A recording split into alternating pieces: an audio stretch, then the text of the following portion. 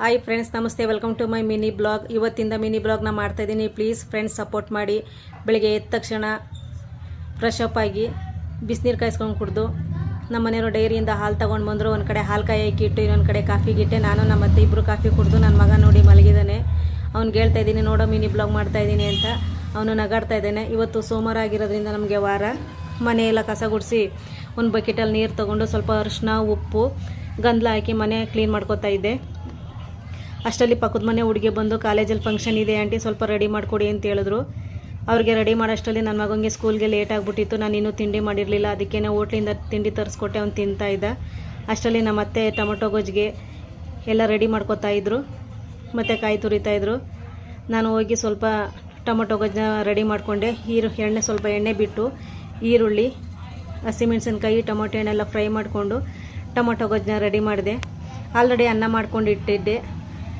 ಇವಾಗ ತಟ್ಟೆಗೆಲ್ಲ ಹಾರಾಕಿದ್ದೀನಿ. ಈಗ ಗೊಜ್ಜು ರೆಡಿಯಾಗಿದೆ. ಅದಕ್ಕೆ ಸ್ವಲ್ಪ ಅನ್ನಕ್ಕೆಲ್ಲ ಬೆರೆಸಿ ತಿಂಡಿನ ರೆಡಿ ಮಾಡಿದೆ. ನಮ್ಮ ಮನೆಯವರು ಅವನ್ನ ಸ್ಕೂಲಿಗೆ ಬಿಟ್ಟು ಬರ್ತೀನಿ ಅಂತ ಹೋದರು. ಸ್ಕೂಲಿಗೆ ಬಿಟ್ಟು ಬರಬೇಕಾದ್ರೇ ವಡೆ ತೊಗೊಬಂತೆ ಅಂತೇಳಿದ್ದೆ. ವಡೆ ತೊಗೊಬಂದರು. ಅವ್ರಿಗೂ ತಿಂಡಿ ಎಲ್ಲ ಕೊಟ್ಟು, ವಡೆ ಇರಲಿಲ್ಲ ಉದ್ನೋಡೆ ಅಂತೇಳ್ಬಿಟ್ಟು ಉದ್ನೋಡೆ ತೊಗೊಬಂದಿದ್ರು.